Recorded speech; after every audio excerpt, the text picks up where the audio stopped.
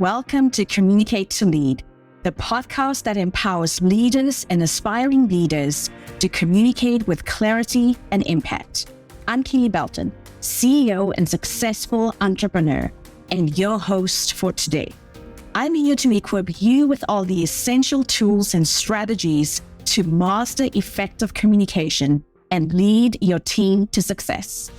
As the founder and CEO of The Tailored Approach, my goal is to empower you to be the best leader you can be.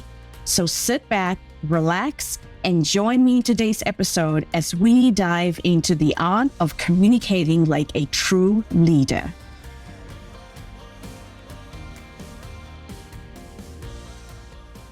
Welcome back to Communicate to Lead. I'm Keely Belton, and today we have a compilation episode of insights and strategies that I have shared with my clients on leading with clarity. Grab your favorite beverage, a notepad, and let's dive in. Leadership is a journey, my friend, not a destination. It requires continuous learning, self-awareness, and a willingness to evolve. And if you approach it with passion, resilience, and a clear vision, the rewards can be incredible. So I encourage you to embrace your potential, step outside your comfort zone, and make your mark on the world. And remember, you don't have to do this alone. Surround yourself with supportive mentors, coaches, and peers who will champion your growth and celebrate your successes.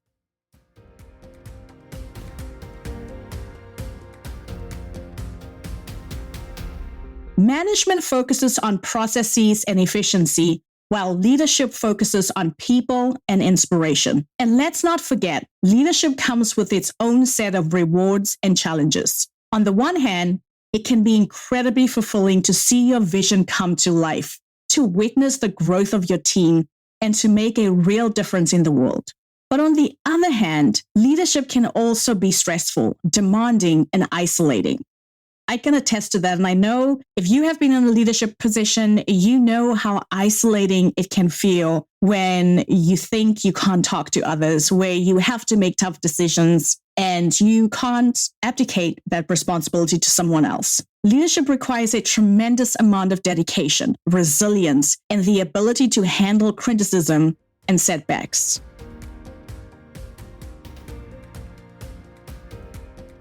Delegating with confidence starts with a mindset shift. Delegation isn't about dumping your unwanted tasks or admitting defeat. It's about strategic empowerment and unlocking your full potential as a leader. So let's talk about the benefits. It offers you a productivity boost. Imagine having more time and brain power. Delegation frees you up and it gets tasks done faster when you distribute the workload. It gives you the opportunity to develop your team. Delegation isn't just about easing your day. It's about investing in your people, building their skills and building their confidence in the work that they do, in their own growth and what they want to continue doing going on forward. When you delegate, you're creating a culture of ownership. A team where people feel trusted and empowered takes far more initiative and develops a stronger sense of ownership and pride over the work that is getting done.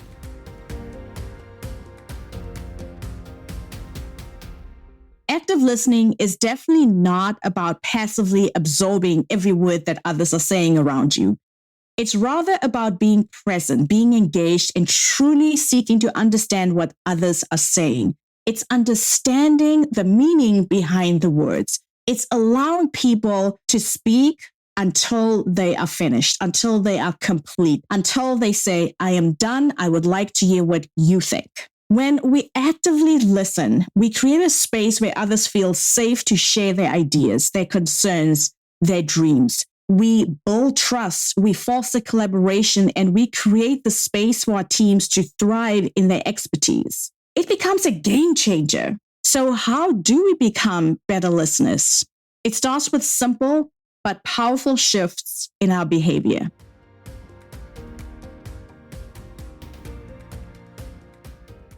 Perfectionism is more than just a minor workplace challenge. It's a subtle trap that can significantly impact your leadership effectiveness, team dynamics, and organizational progress.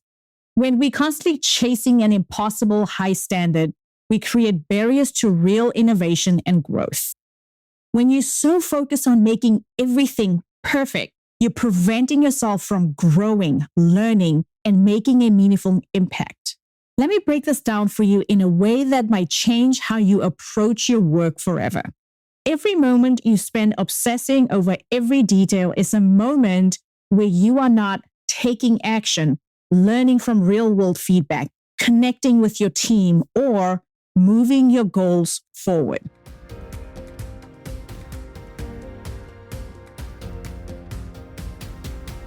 The most innovative solutions, the most breakthrough strategies, and the most transformative leadership moments, they all come from a place of courage, not perfection. They come from a place of being willing to try, to fail, to learn, and to grow. Whenever you choose progress over perfection, you're not lowering your standards. You're elevating your leadership. You're showing your team, your organization, what true courage looks like. You're demonstrating that growth is messy, imperfect, and absolutely beautiful, and something to be appreciated instead of feared.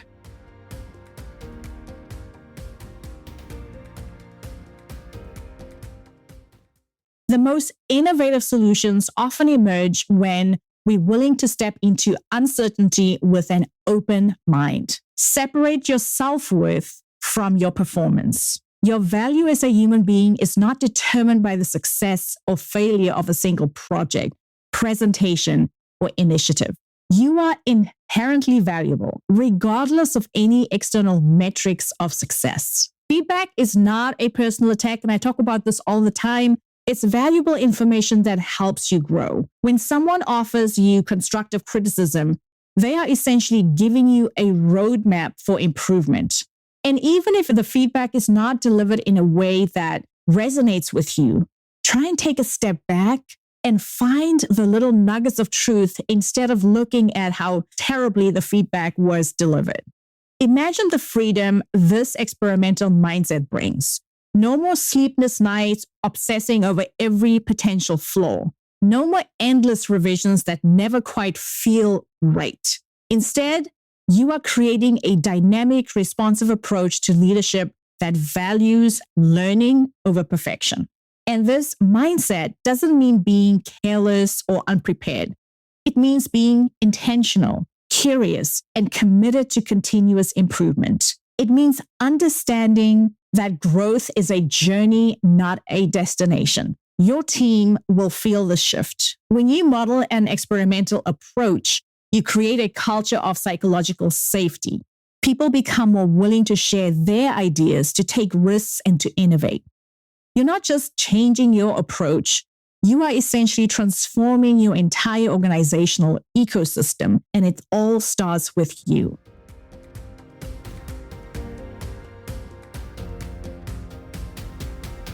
The most powerful, effective leaders aren't the most perfect. They are the most courageous. They are the ones who are willing to show up, speak up, and move forward, even when things aren't 100% polished. True leadership isn't about having all the answers or presenting a flawless exterior. Instead, it's about embracing vulnerability, demonstrating resilience, and maintaining authenticity in the face of uncertainty. Your leadership transformation is about becoming a flawless, infallible figure. It's about becoming a genuine, compassionate, and resilient individual who inspires others through your integrity and willingness to grow.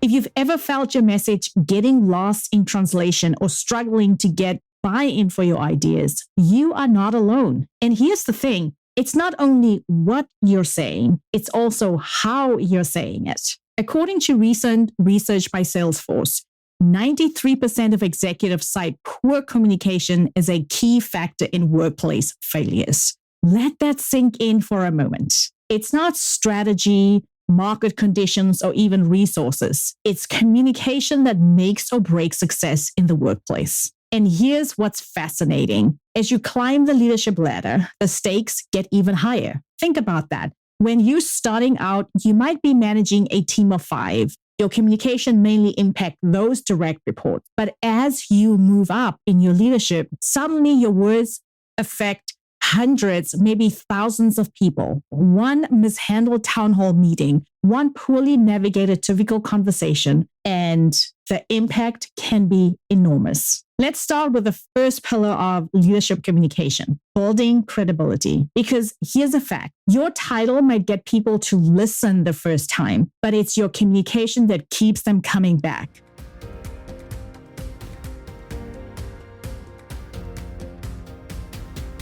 Can you say it in half the words? Often we are so verbose, we say so much more than we need to, and it's always good to come back and edit. I remember when I was in high school, I had a teacher who always said, it's time to kill your darlings.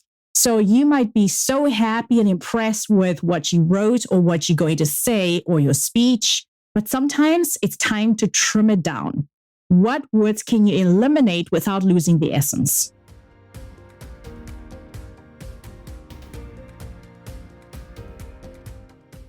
You need to be able to get comfortable having difficult conversations. I worked with a senior leader during a major company restructuring recently. The easy path would have been to hide behind corporate emails and HR policies. We are seeing that today. Instead of being genuinely authentic and caring about people and telling them the reasons why things are happening, we are hiding behind HR policies.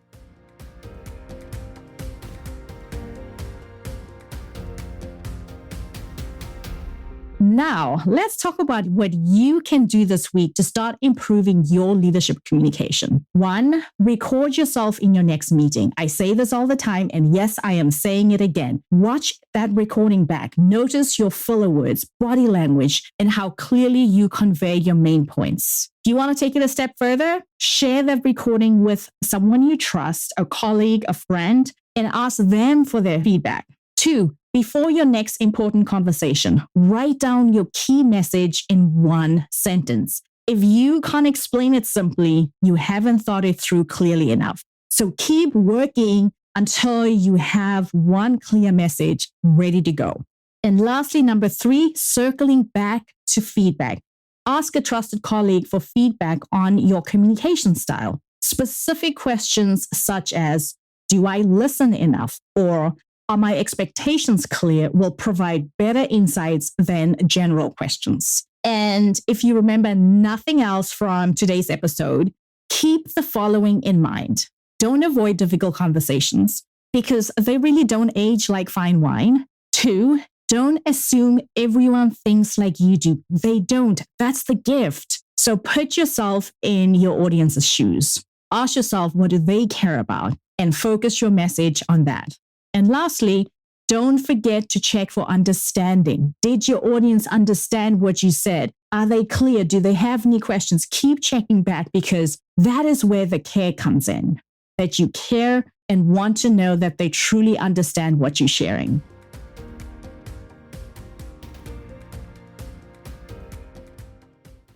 Being an adaptable leader doesn't mean being wishy-washy. It's about recognizing what your team needs from you in a given moment and being courageous enough to step outside your comfort zone to give it to them. Think about a time you successfully adapted your leadership style. What was the situation and what did you do differently? The more you analyze how you lead, how you show up, what you do, will help you see your wins. And the more wins you notice, the more you'll build your own confidence.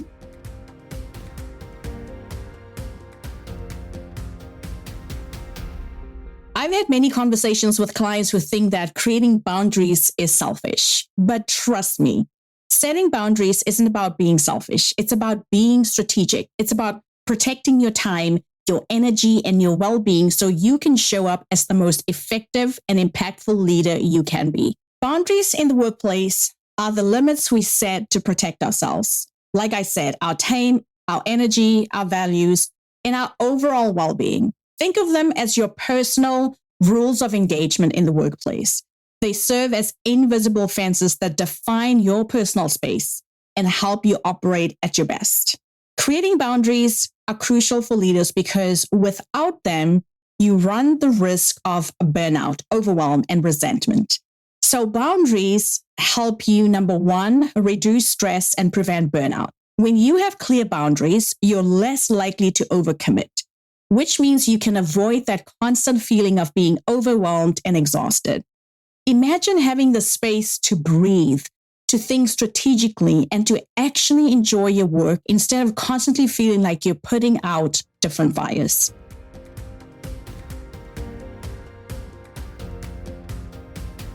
If you are feeling triggered or you feeling emotional because somebody overstepped your boundary, feel free to wait until you've collected yourself, until you feel calmer, and then go back and have that conversation with the person.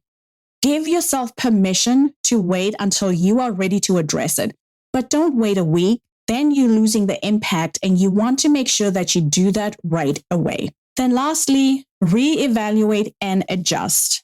Your boundaries are not set in stone. They don't need to be. Reevaluate them regularly and make adjustments as needed. As your career evolves and your priorities change, your boundaries may need to shift as well. Setting boundaries is not selfish. It's an act of self-respect and leadership. It's about prioritizing your well-being, protecting your energy, and showing up as the most effective leader you can be. It's about creating a work life that is sustainable, fulfilling, and truly aligned with your values.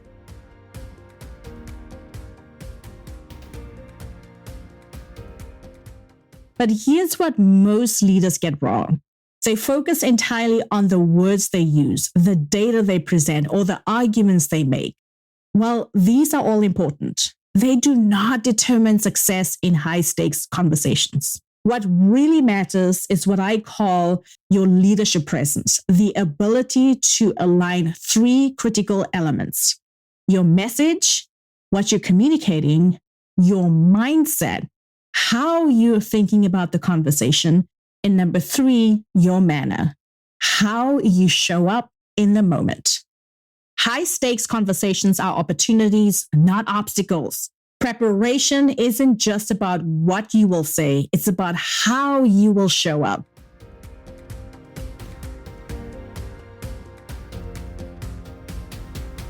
In my work with hundreds of leaders, I've noticed that most difficult conversations go wrong before they even begin. Why?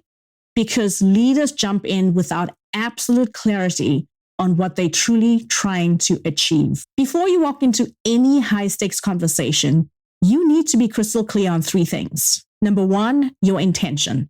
What's the real purpose of the conversation? And I mean the real purpose, not just what's on the agenda. Are you trying to build alignment, address a concern, or create a shift in behavior?